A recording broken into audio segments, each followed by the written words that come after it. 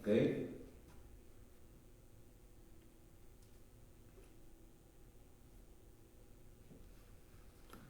Gracias a Dios. Segunda de Pedro, entonces, en nuestras Biblias.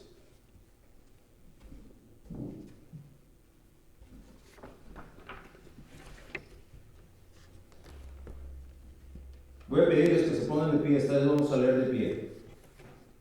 ¿Ok? Y vamos a hacerlo al unísono. Versículos 16, 17 y 18 de la segunda de Pedro 1. La palabra de Dios dice así, quiero oírles a todos, por favor, nadie se me quede calladito, todos a una voz. Primera de Pedro, capítulo 1, versículo 16, dice así, porque no os hemos dado a conocer el poder y la venida de nuestro Señor Jesucristo, siguiendo fábulas artificiosas, sino como habiendo visto con nuestros propios ojos su majestad. Pues cuando Él recibió de Dios Padre honra y gloria, le fue enviada desde la magnífica gloria una voz que decía, este es mi Hijo amado, en el cual tengo complacencia. Y nosotros oímos esta voz enviada del cielo, cuando estábamos con Él en el monte santo. Dios bendiga la lectura de su palabra. Ya la leímos todos juntos. Ahora les voy a pedir que ustedes solitos, a una voz, lean el versículo 16. Yo les voy a marcar la entrada y ustedes, de manera sonora, clara y respetando los signos de puntuación ahí, leen el versículo 16. Dice la palabra de Dios así, porque no os...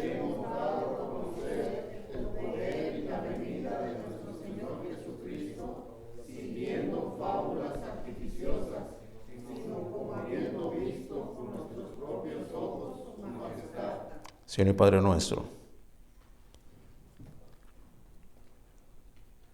gracias por la oportunidad que nos das de exponernos a la revelación de tu santa palabra. Concede a cada uno aquí y concede a cada uno que posteriormente escuchará la predicación en alguna de las plataformas por donde se transmite, primero la atención y después la sensibilidad espiritual para recibir el mensaje así como tú lo emitiste para los tuyos a través del apóstol Pedro. No, Señor,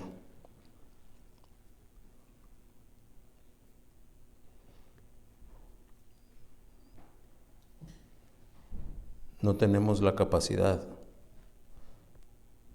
ni este siervo inútil de predicarla con certeza, ni esta congregación de recibirla con la capacidad de entenderla toda. Y es a menos que tu gracia sea derramada sobre nosotros, que ésta podrá ser predicada y así también podrá ser recibida. Por eso, Señor, nos encomendamos a ti. Que tu Espíritu Santo tome control de estos próximos 45 o 50 minutos y que en todo tú recibas la honra y la gloria. Te lo ruego en el nombre del Señor Jesús. Amén. Pueden tomar su lugar.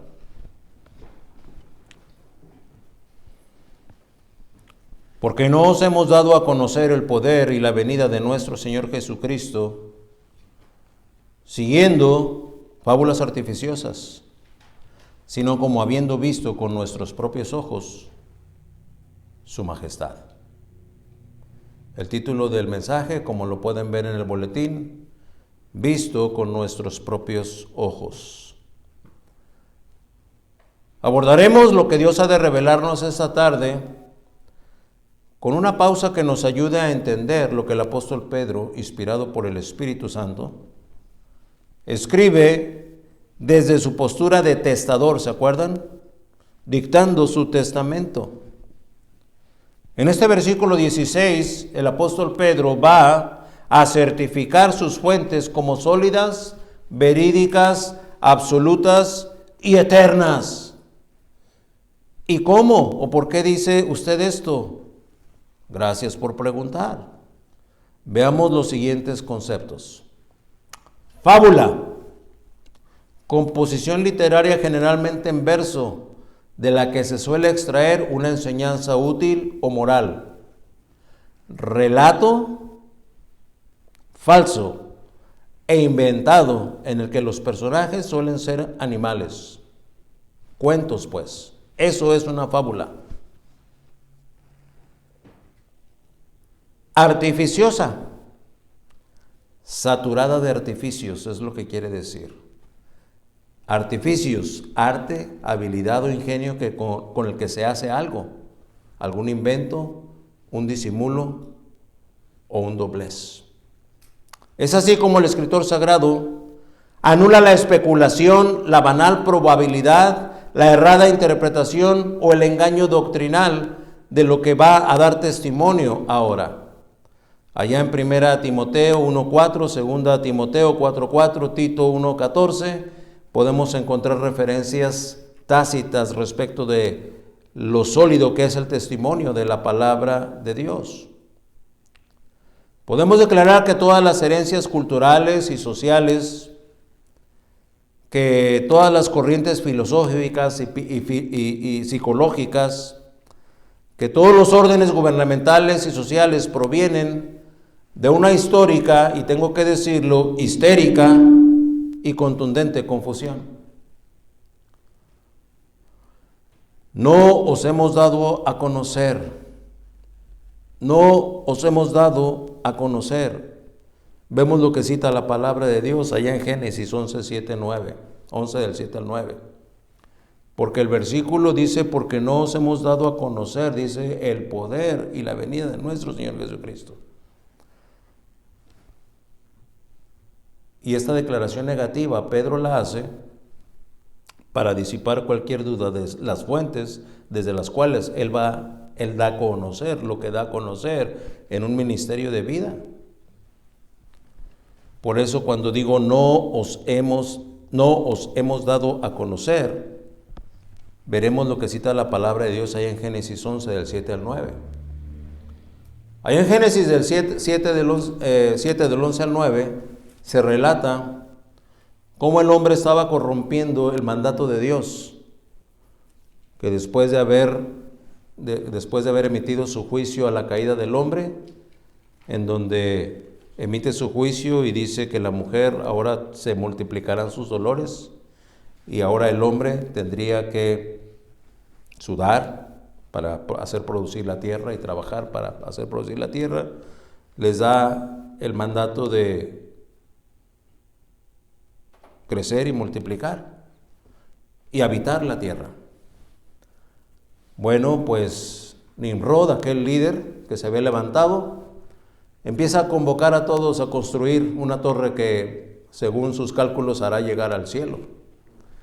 De manera que todos aquellos que ya estaban distantes, en lugar de seguir poblando toda la tierra, se congregan y se reúnen para unirse a la intención y al proyecto de Nimrod en Babel. Y está ahí toda la humanidad trabajando y forjando y haciendo su esfuerzo humano para conseguir lo que se había pensado que deberían conseguir, al punto en el que tiene que intervenir Jehová de los ejércitos, el Jehová, el Todopoderoso, Jehová Dios. Y ahí en el 7:9 podemos encontrar que dice, porque allí confundió Jehová el lenguaje de toda la tierra y desde allí los esparció sobre la faz de toda la tierra.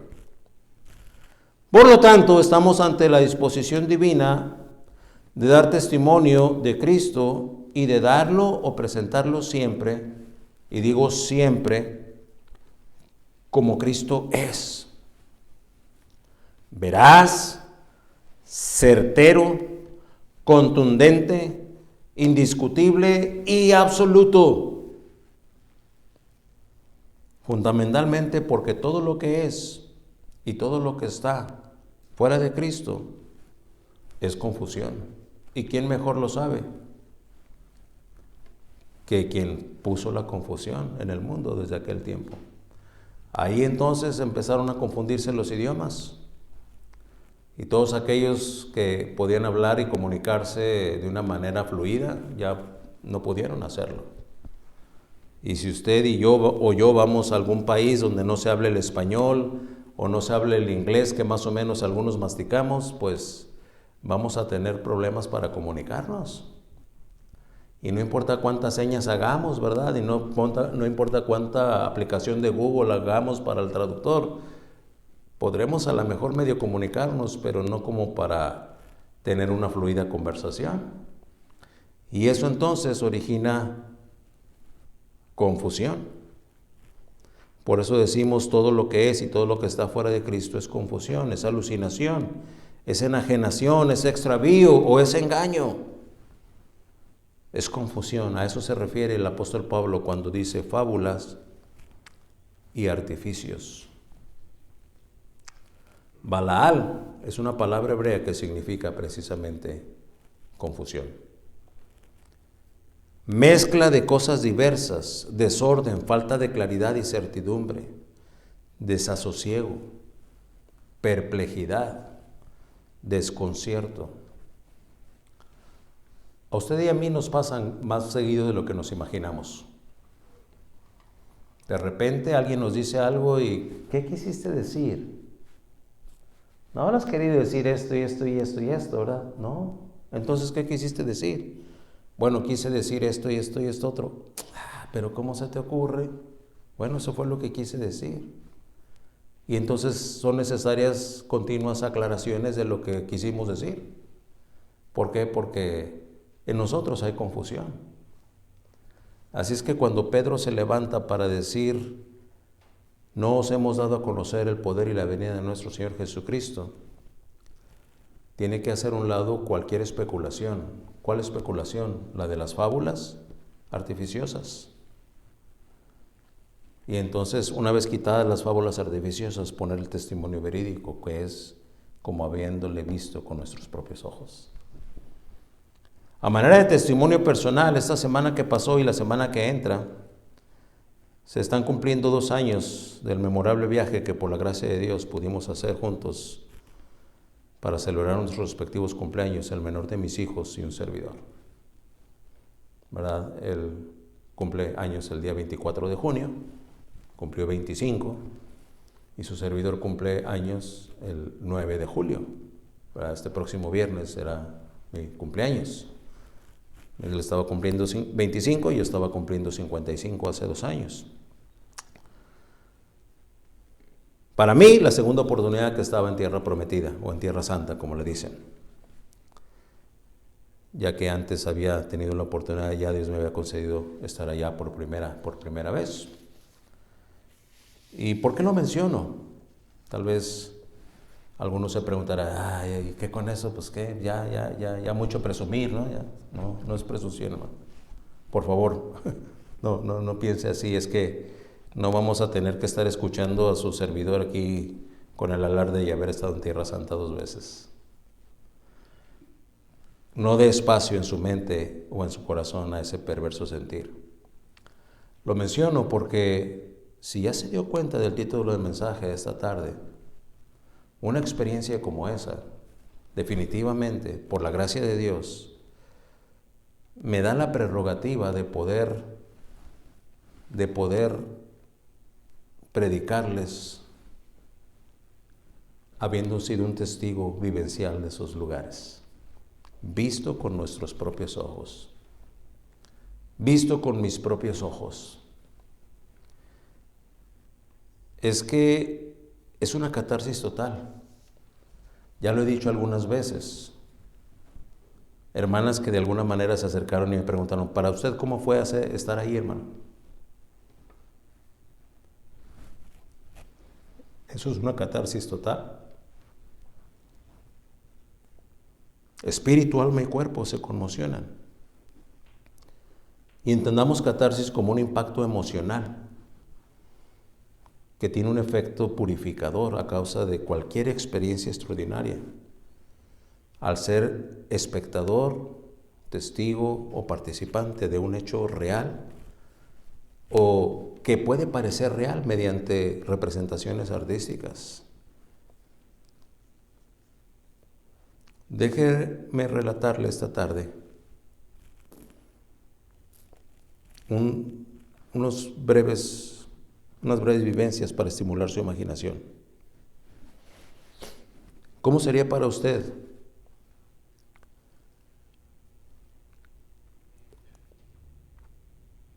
la experiencia de estar vívidamente en la aldea de Belén?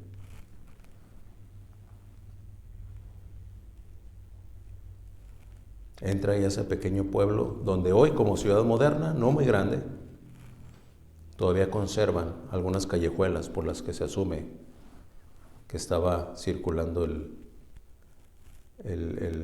gentío que venía a ser empadronado. Tenían que venir al lugar de donde eran, y de ahí era María. ¿Qué le representaría estar parado en una calle con piedras que arqueológicamente están comprobadas, tienen más de 3000 años ahí, por las que caminó José y María? Y tal vez calles por las que el pequeño Jesús andaría correteando. ¿Qué le representaría a usted llegar a Nazaret, donde José le enseñó el oficio de carpintero a su hijo, y de repente a lo mejor estar parado frente a una pieza que muy probablemente Jesús, el Salvador, labró?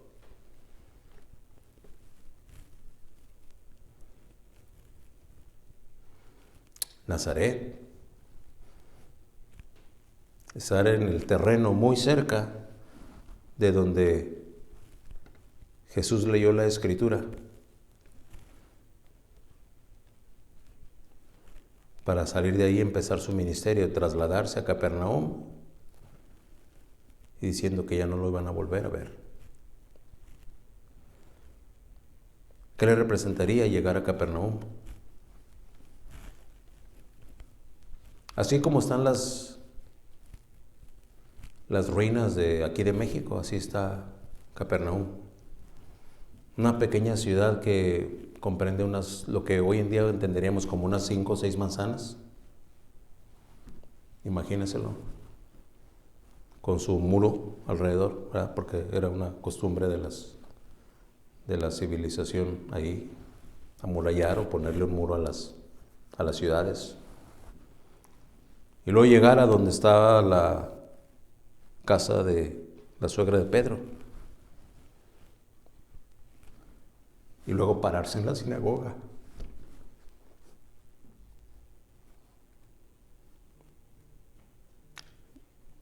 Desde donde el maestro empezó su ministerio.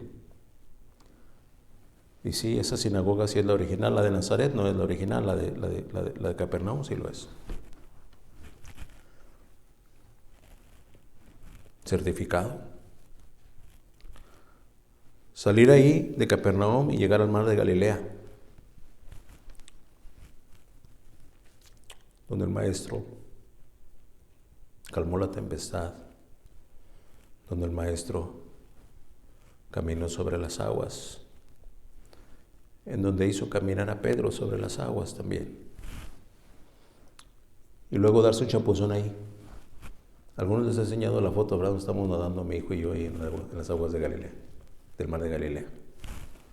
Yo soy mejor fotógrafo, entonces la foto de él salió muy bien. Él no me tomó una buena foto, ya me veo.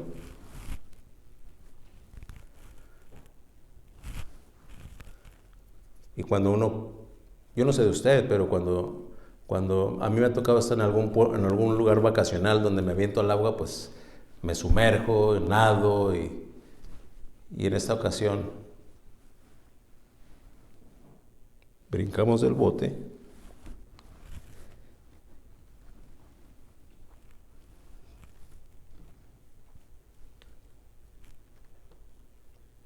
y solo acertaba a voltear alrededor.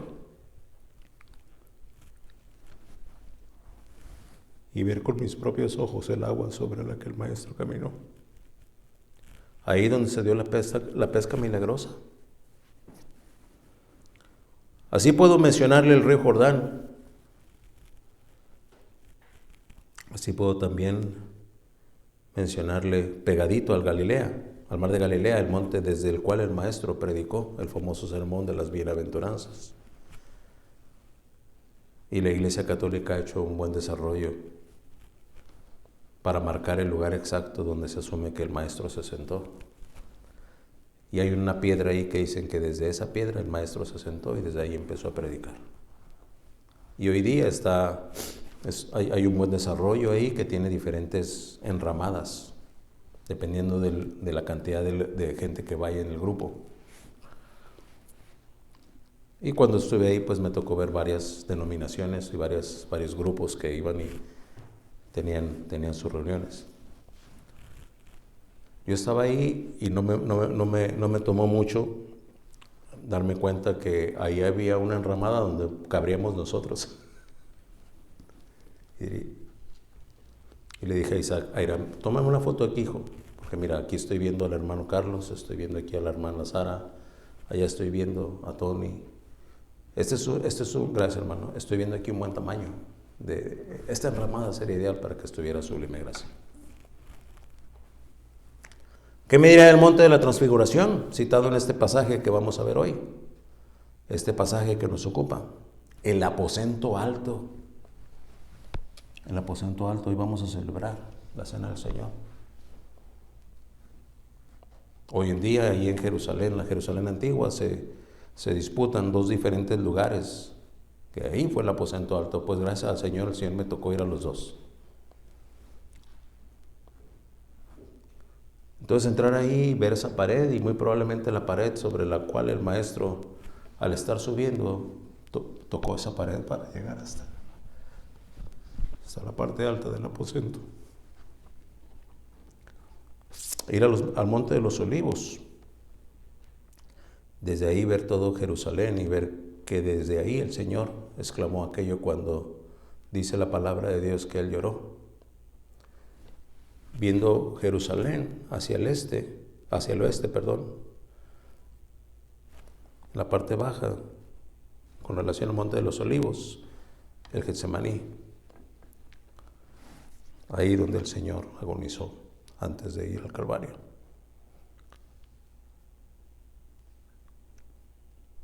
Con un sudor tan espeso que parecía gotas de sangre. Lea bien la palabra de Dios, porque el Señor no sudó sangre, pero su sudor era tan espeso que parecía sangre. El Gólgota, monte de la calavera, la tumba vacía. Y luego salir hacia la parte noreste de la ciudad y encontrarse, no todo el camino, pero la ruta de donde empieza el camino de Emaús, donde se le apareció a los dos discípulos. Estar parado ahí sobre Tierra Santa para presenciar y para después de haber estado ahí poder dar testimonio de haber visto, como dice el apóstol, con sus propios ojos, con mis propios ojos. Y puedo decir con nuestros propios ojos, geográficamente, terrenalmente, el Dios Todopoderoso, humanado en la preciosa persona de nuestro Señor Jesucristo, deja testimonio. Que no deja lugar a dudas. Lo vimos con nuestros propios ojos. Lo vimos con nuestros propios ojos. Es una experiencia de vida como esa. Y vivirla, pues obviamente hace vívido el testimonio escritural de la eterna palabra de Dios.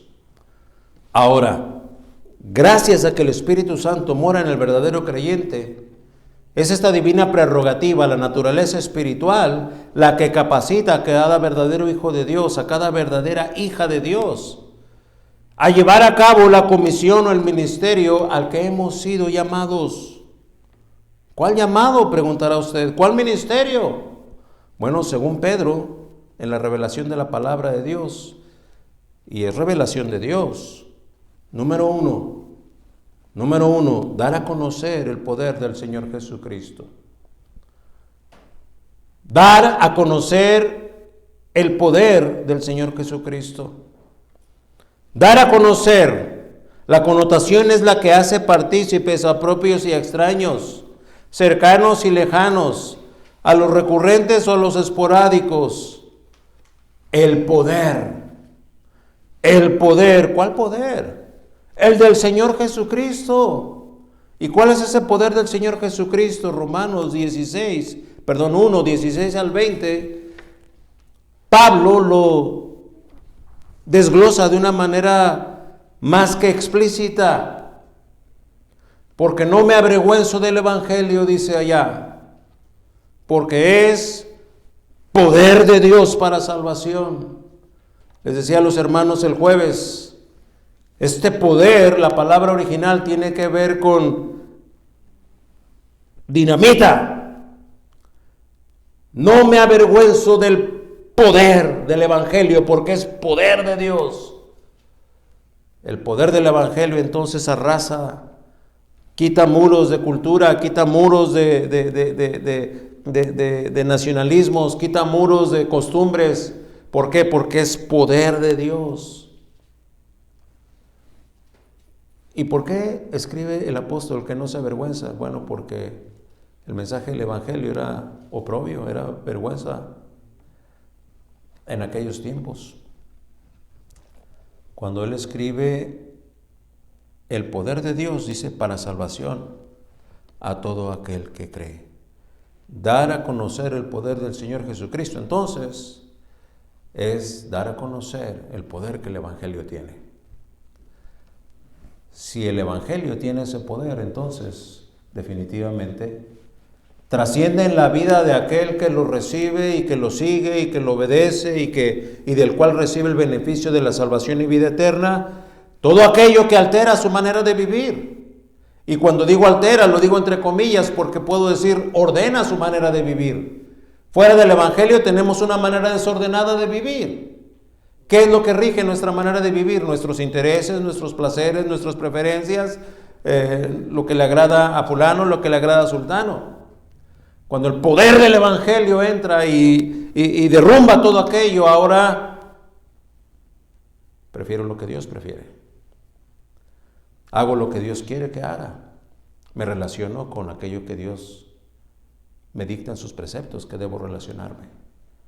Y la prioridad de mi vida ya no es lo que la prioridad de mi vida era antes del Evangelio. Ahora la prioridad es la que el Evangelio dispone, la que el Evangelio dicta.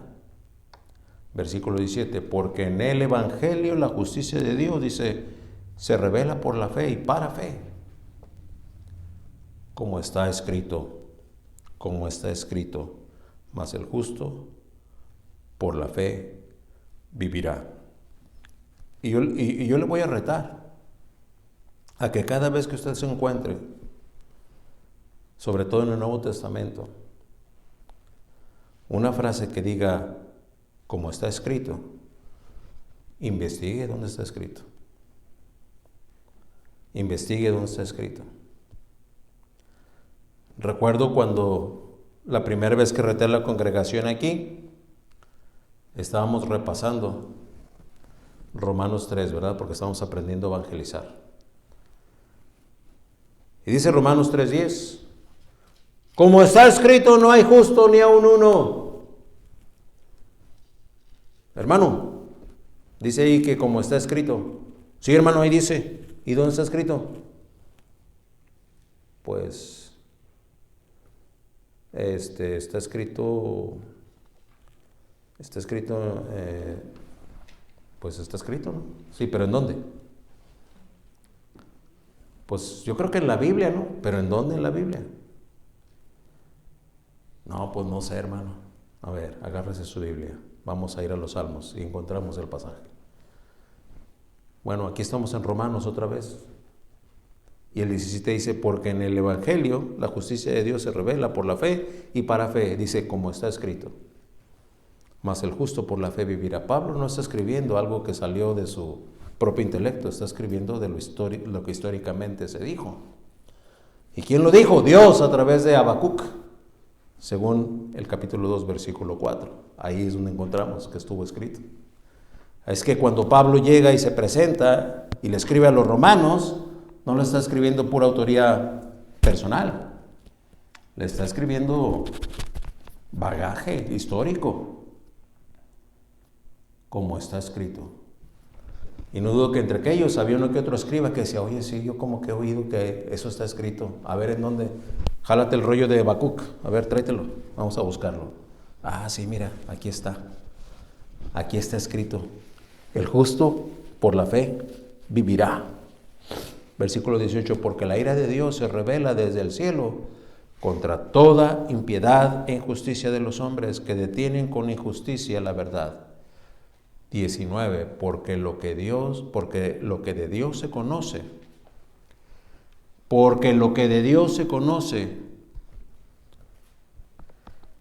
les es manifiesto, pues Dios se los manifestó. ¿Qué es lo que de Dios se conoce?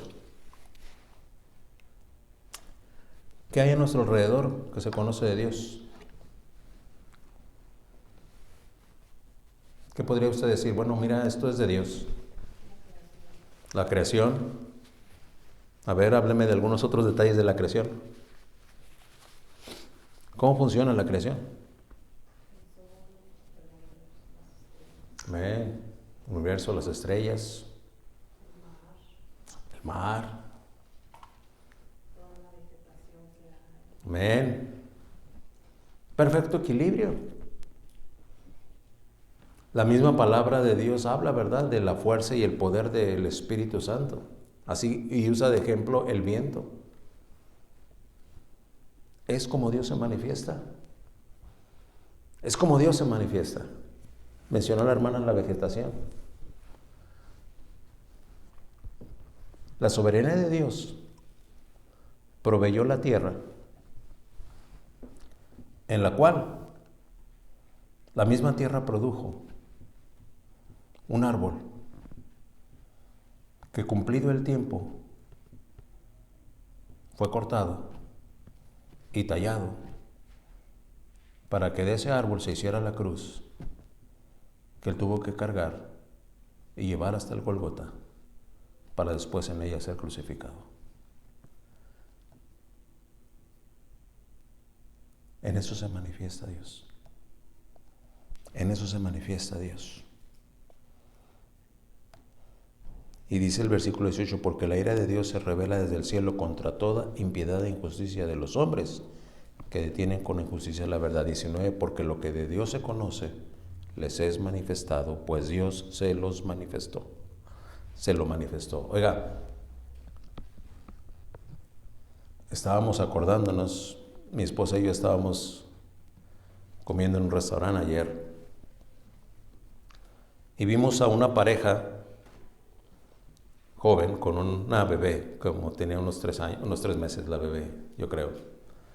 Y luego otra pareja que por los rasgos fisiológicos, pues eran los padres del novio, que estaban con su hijo y con su nuera comiendo ahí con la bebé.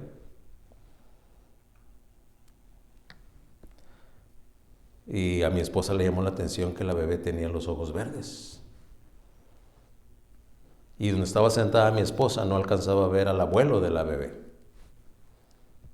Y dice, mira, la bebé tiene los ojos verdes y el papá no, porque el papá sí estaba casi enfrente de ella, que vendría siendo el hijo del abuelo de la bebé.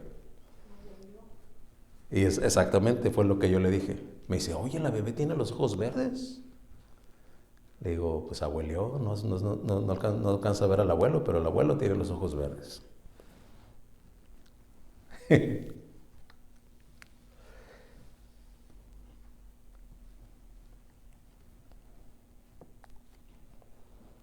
Es obra de Dios. ¿Cómo es posible? ¿Cómo es posible que de esos 2 pequeñas células en donde la fecundación se lleva a cabo, ya venga toda la información genética de qué color va a ser el pelo, de qué color van a ser los ojos, el rasgo que va a tener la ceja, si vamos a estar trompudos o narizones o vamos a estar jetones? Ahí está todo.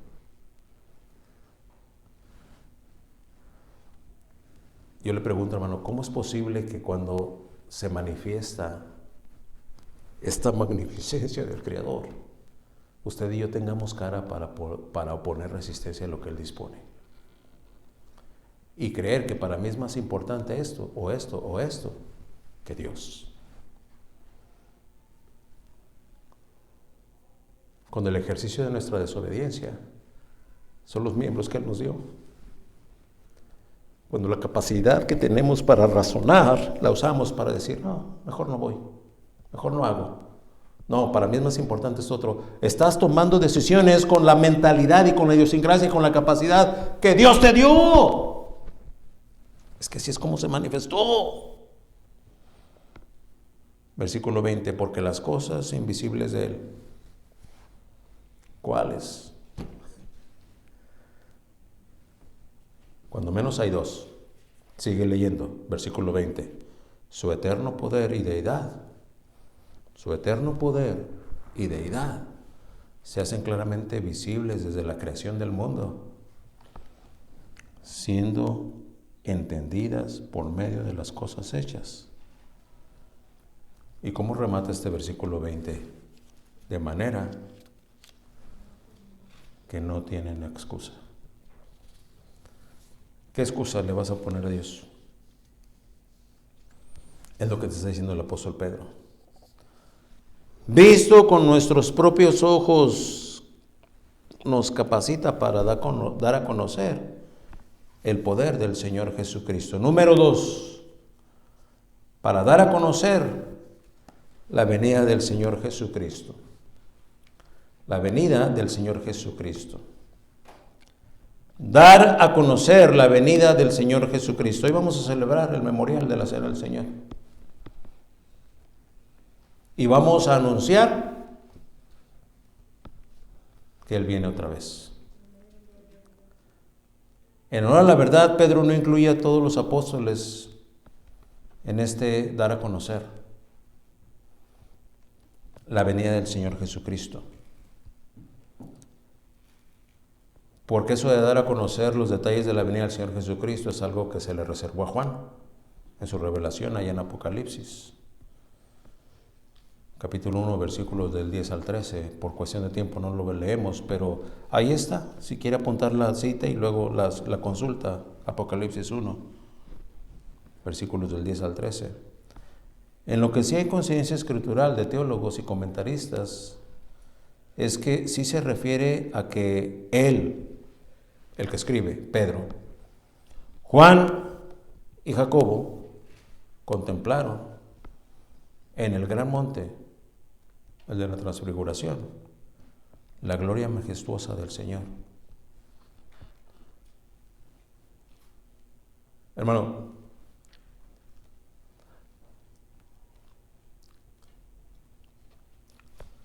manejamos hacia ese monte. Bueno, iba manejando, Isaac Irán me va conmigo para llegar a la parte alta.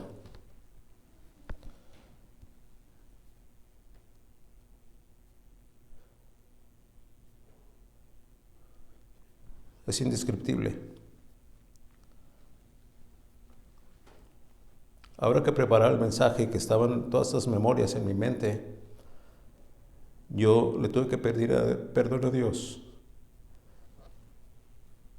Porque este suceso, la transfiguración delante de estos tres, de sus discípulos, es un suceso, yo creo que de las dimensiones de su resurrección. Sin embargo, la transfiguración no tiene tanto, voy a usar el término que se usa, no tiene tanto rating, no tiene tanta mención o tanto estudio.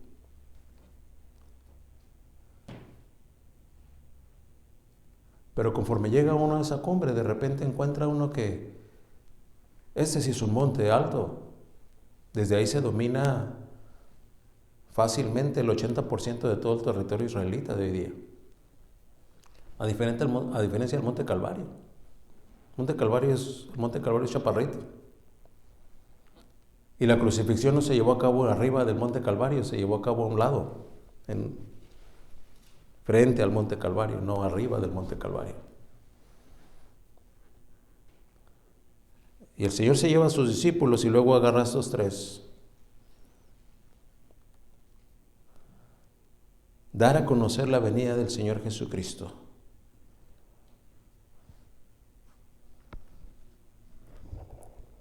Contemplaron estos tres en el gran monte, el de la transfiguración, la gloria majestuosa del Señor.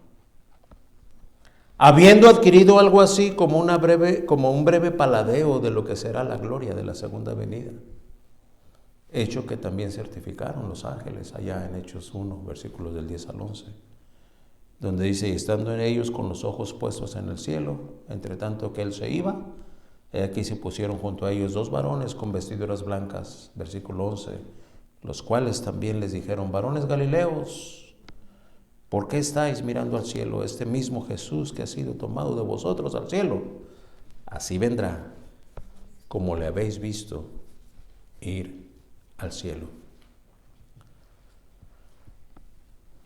Hay una palabra que significa segunda venida y que Pedro la usa. Si estuviese bien pronunciado, sería la palabra parusia. La integridad del Evangelio no solo cita el advenimiento del Mesías allá en Belén Efrata, sino que además de todo su ministerio terrenal, arresto, crucifixión, muerte, sepultura y resurrección y ascensión, por lo que recién hemos leído, Lucas escribe: así vendrá como lo habéis visto ir al cielo. Viene otra vez, parusia. Son sus promesas de cabal cumplimiento y lo profetizado por sus elegidos en un cumplimiento pendiente por suceder, lo que da garantía a lo que usted y yo hemos de dar a conocer. En su primera venida, Jesús llegó bajo las más humildes condiciones. Hoy día, ahora estamos por verle. Venir con los ejércitos celestiales a su lado.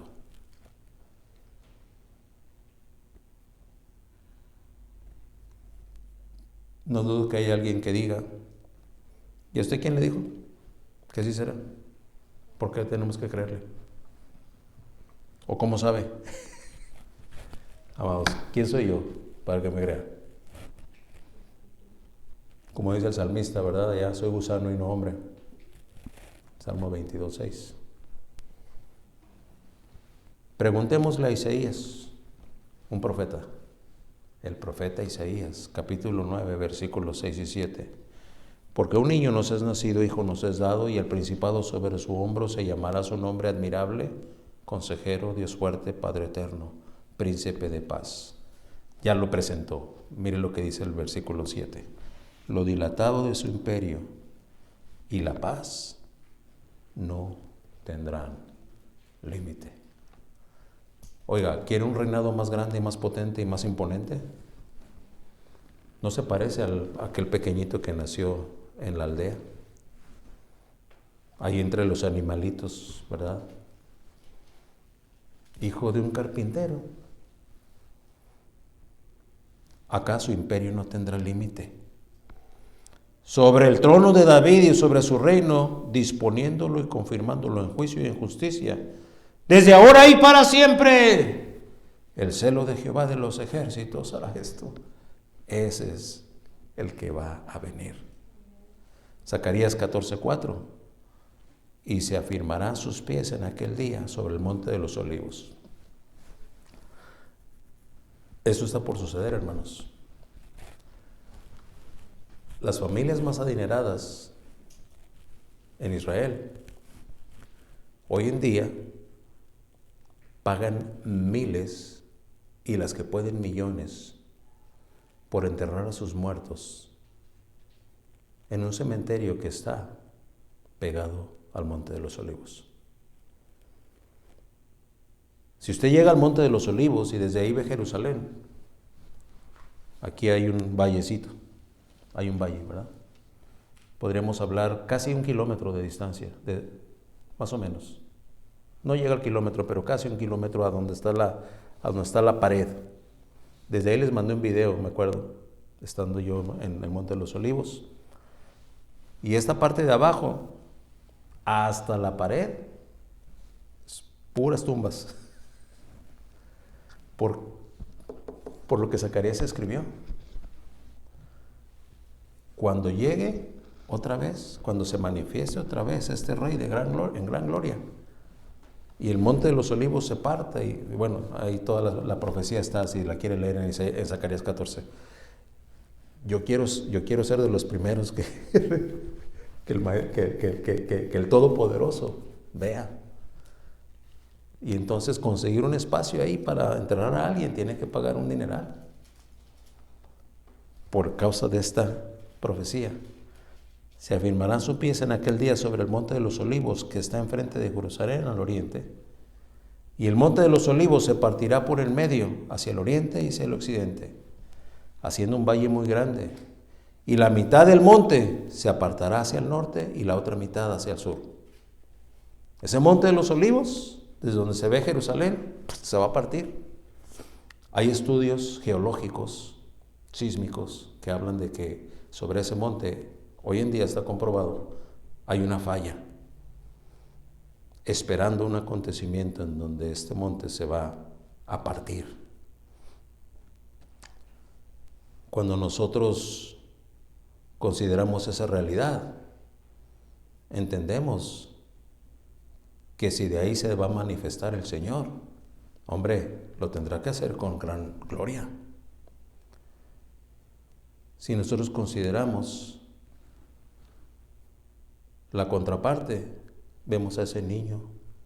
El mismo Isaías lo presenta ahí en Isaías 53 como un siervo sufriente, despreciado y desechado, dice el versículo 3, entre los hombres, varón de dolores, experimentado en quebranto, y como que escondimos de él el rostro, fue menospreciado y no le estimamos. Jesús, Rey y Libertador según su segunda venida.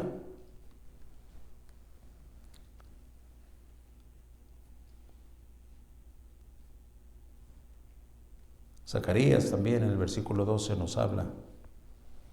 El versículo 1, profecía de la palabra de Jehová. Se identifica. Versículo 4, en aquel día dice Jehová, heriré con pánico a todo caballo y con locura al jinete, mas sobre la casa de Judá abriré mis ojos. Y a todo caballo de los pueblos heriré con ceguera. Versículo 9, y en aquel día yo procuraré destruir a todas las naciones que vinieren contra Jerusalén. Y procuraré no quiere decir que lo va a intentar a ver si le sale o no le sale, sino que se va a ocupar hasta que eso quede consumado. Apocalipsis 1:7 dice, aquí que viene con las nubes, y todo ojo le verá, y los que le traspasaron y todos los linajes de la tierra harán lamentación por él. Sí, amén. Cuando él regrese, se van a encontrar con ese regreso todos los que le traspasaron. De manera que tendrán que tragarse su herejía, tendrán que tragarse su indiferencia, tendrán que tragarse su extravío y su rebeldía.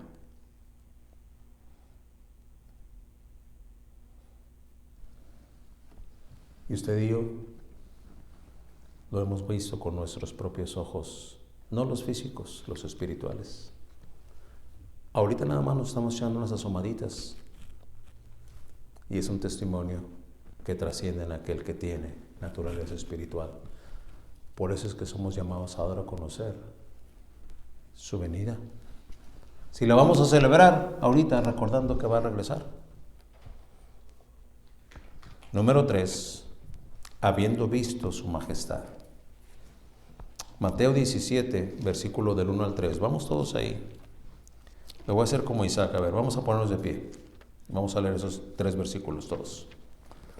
Mateo, capítulo 17, versículos del 1 al 3. Todos de pie.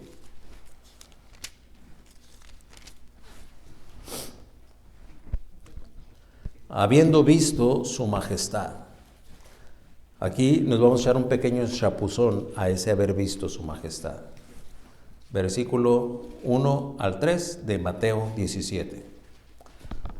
Leamos todos a una voz. Dice la palabra de Dios: 6 días después, Jesús tomó a Pedro, a Jacobo y a Juan, su hermano,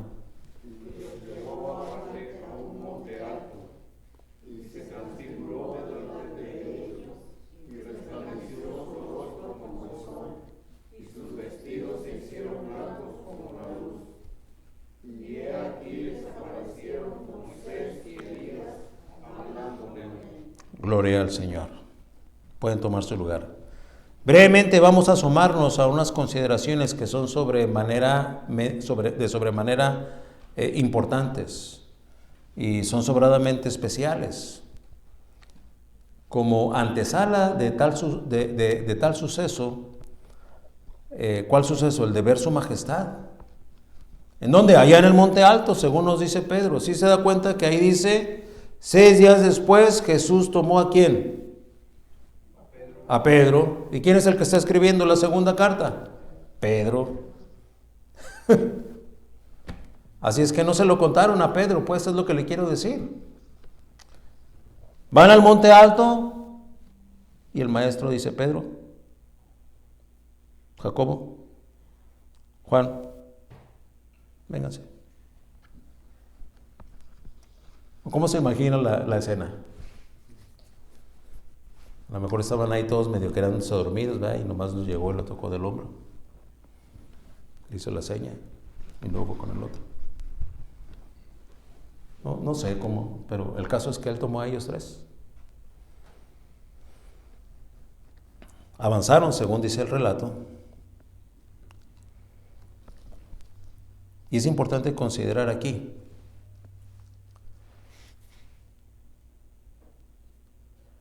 que el ver su majestad no es un suceso de todos los días. Lo vieron en ese monte alto, aquí en la tierra.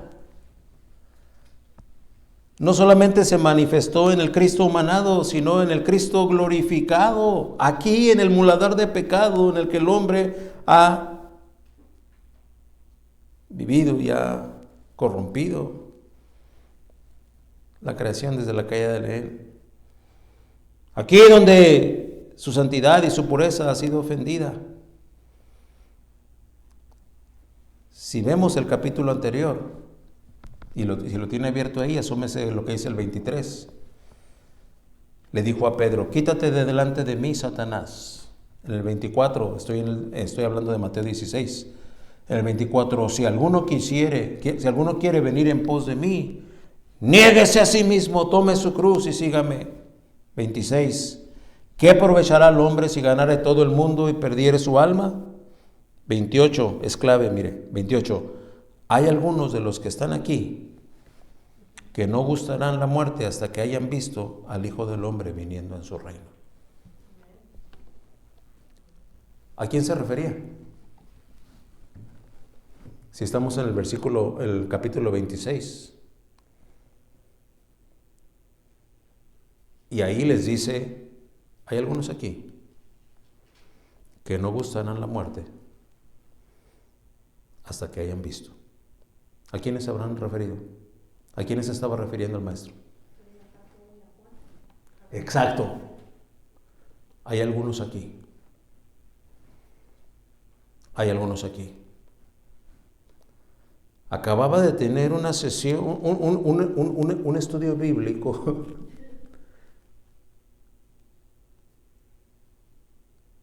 una enseñanza en donde había puesto en su lugar al mismo Pedro, ¿verdad? Porque había anunciado que iba a ir a Jerusalén y Pedro se acerca: no, Señor, que no te acontezca eso, hombre, no tienes que ir. Cállate, Satanás, apártate de mí. Y luego dice: ¿alguno quiere venir en pos de mí? Niéguese a sí mismo, tome su cruz y sígame. Y en esas dinámicas están. Cuando llegamos ahí al versículo 28, que es el versículo clave. Hay algunos de los que están aquí que no gustarán la muerte hasta que hayan visto al Hijo del Hombre viniendo en su reino.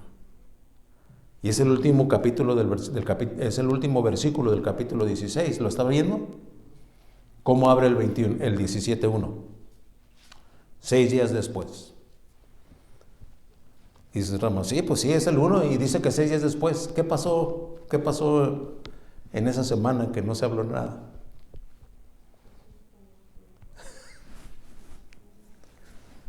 Lucas dice que 8 días después, así es que podemos pensar una semana, ¿verdad? No es tan significativo si es un día más, un día menos.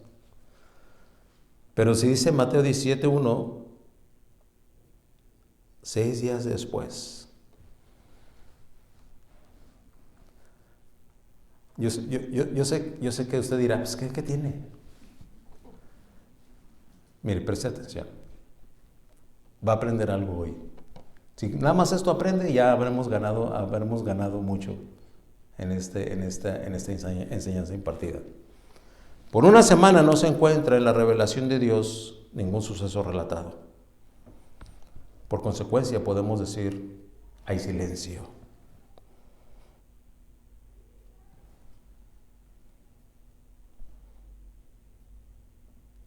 ¿Y qué tiene que ver eso? Es que si nos detenemos brevemente a meditar, si usted pregunta, ¿y qué tiene que ver eso de que haya silencio? Le digo, gracias por preguntar.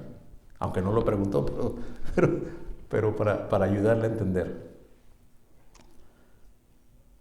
Cuando en la Biblia hay silencios, son silencios preparatorios a grandes acontecimientos, propedéuticos.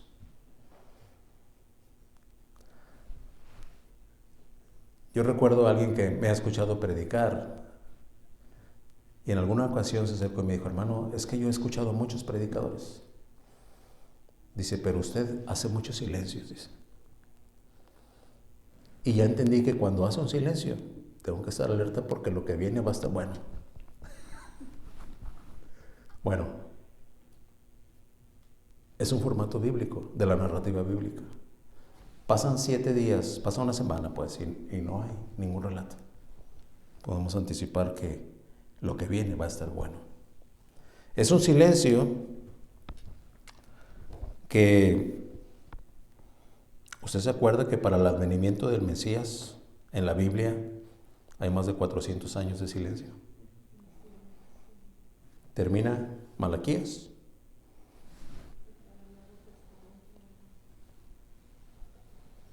No hay profeta en la tierra en donde Dios vuelva a hablarle al pueblo. Oiga, viene un acontecimiento trascendente. ¿Cuál? El nacimiento de Jesús. Ese acontecimiento que partió el tiempo, el calendario gregoriano que tenemos hoy en día, menciona un antes de Cristo y un después de Cristo. Para ese acontecimiento hubo un amplio silencio. Amplio silencio.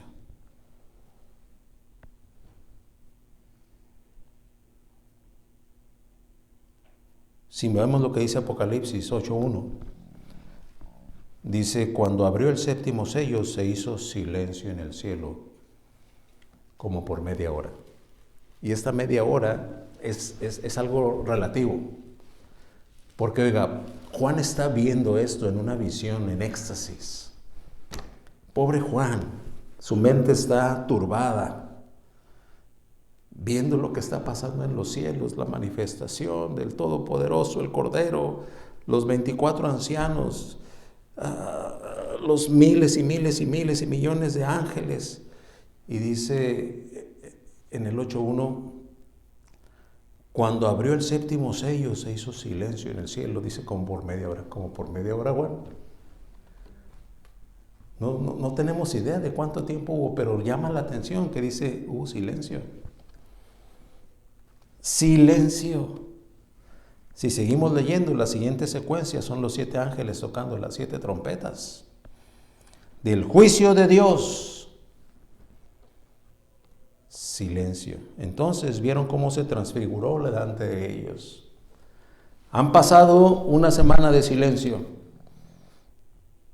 cuando el Señor declaró y dijo, algunos de los que están aquí, no van a morirse sin ver la gloria de Dios manifestada.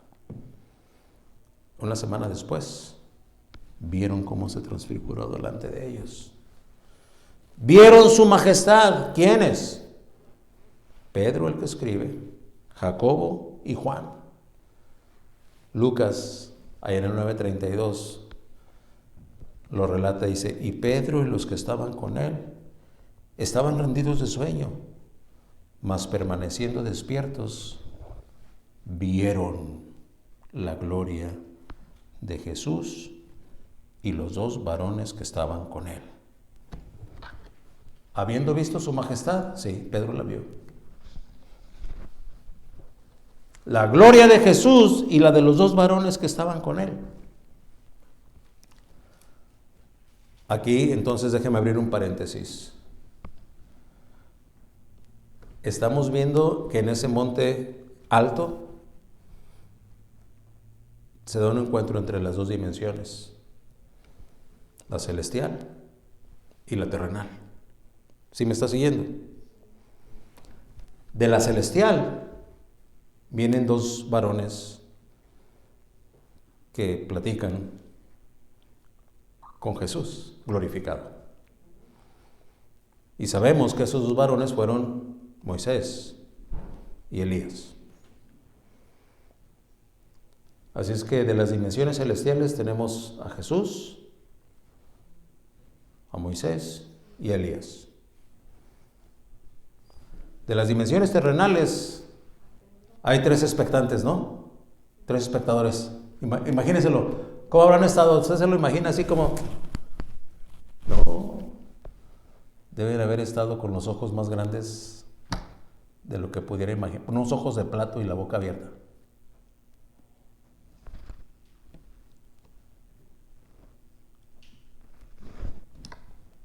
También son tres. Pedro, Jacobo y Juan. ¿Por qué es esto importante?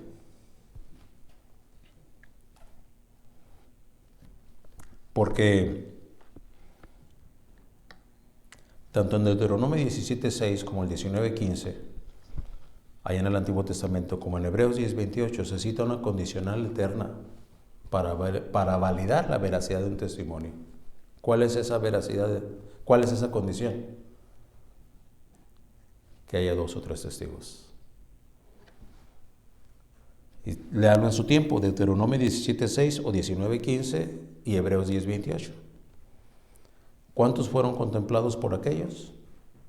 De la tierra hacia allá, 3. De las dimensiones celestiales hacia acá, 3. ¿Se cumple la condicionante? Se cumple. Entonces es verdad. Entonces no tenemos por qué dudarlo. Habiendo visto su majestad. Número 4. Una voz desde la magnífica gloria. Porque ahora vamos a ver que no nada más vieron, también oyeron. Gloria al Señor. Mateo 17:5 dice, y aquí una voz desde la nube que decía, este es mi Hijo amado en quien tengo complacencia. Y esta última frase, hermano, es la conclusión del mensaje de esta tarde. Y he aquí una voz desde la nube que decía, este es mi Hijo amado en quien tengo complacencia. A él oíd. Fue una voz firme, no escandalosa. No fue una gran voz. No haya como en el Sinaí donde se revolvía con truenos y relámpagos, pero sí con la absoluta autoridad de su soberanía. ¿Y qué es lo que decía esa voz? Este es mi Hijo amado, en quien tengo complacencia. A él oíd. Y es la misma voz, es la misma frase que hay en Mateo 3:17. Se escucha cuando el bautismo de Jesús en el Jordán, de parte de Juan el Bautista. Se repite esa voz y se repite la frase que se había dicho antes. Oír en el bautismo venía a indicar y a confirmar que lo expresado adquiría una firmeza especial y singular, visto con nuestros propios ojos. Punto número 5. Esa voz que se dijo allí. Punto número 5. Nosotros oímos esta voz.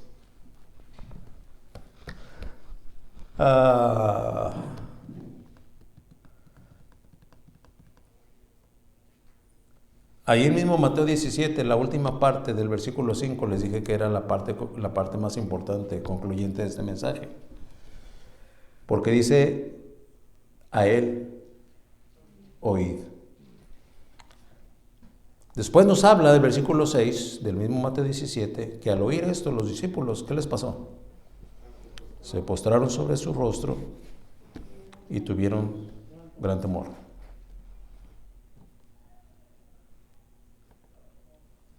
Eso es lo que causa cuando se oye la voz de Dios.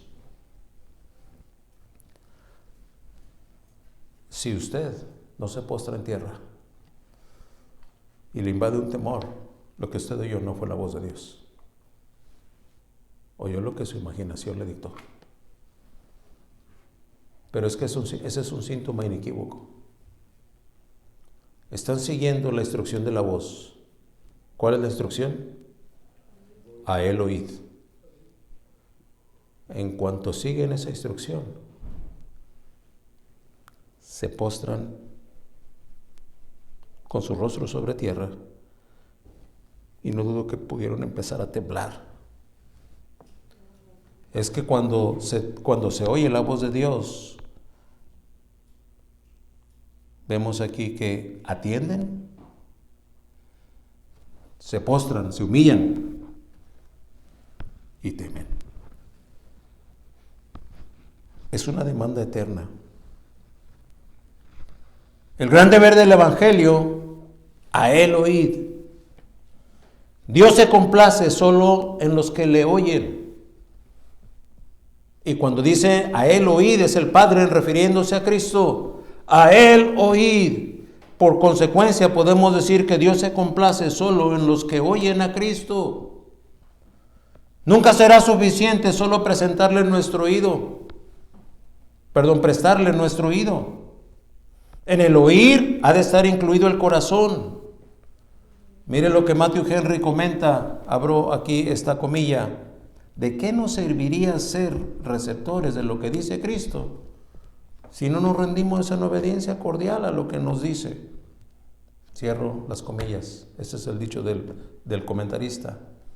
A él oíd. Todo el que quiera saber lo que Dios demanda, ha de oír, ha de escuchar a Cristo. Pues en Él y por Él nos ha hablado en esos últimos días.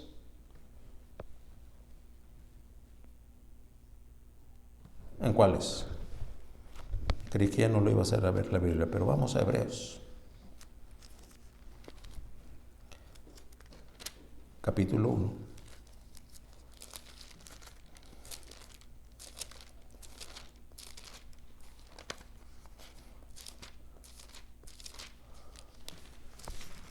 Versículo 2. En estos postreros días nos ha hablado por el Hijo, a quien constituyó heredero de todo y por quien asimismo hizo el universo. Miren la prerrogativa que Dios le da a Jesucristo. Entonces, ¿por qué usted y yo lo desdeñamos? Pregúnteselo. El verdadero creyente le oye, atiende lo que el Señor Jesucristo dice, lo atiende. No nos está hablando más que de una descripción del verdadero. Se humilla y le teme. ¿Es así usted?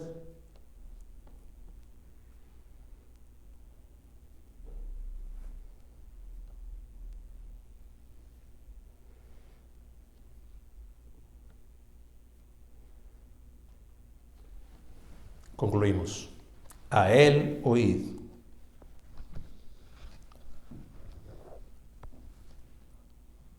Para la salvación, sabemos que la fe es por el oír. Y si esta tarde, usted que todavía no es salvo, ha podido oírle, ha sido sensible al imperativo de esa voz, a Él oíd, atienda.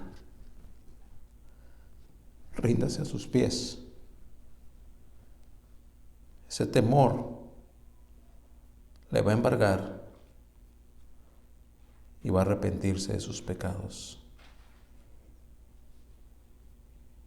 para recibir salvación y vida eterna. Hermana, hermano, como verdaderos creyentes, usted y yo, por la fe que Él nos ha dado, ya la hemos visto con nuestros propios ojos.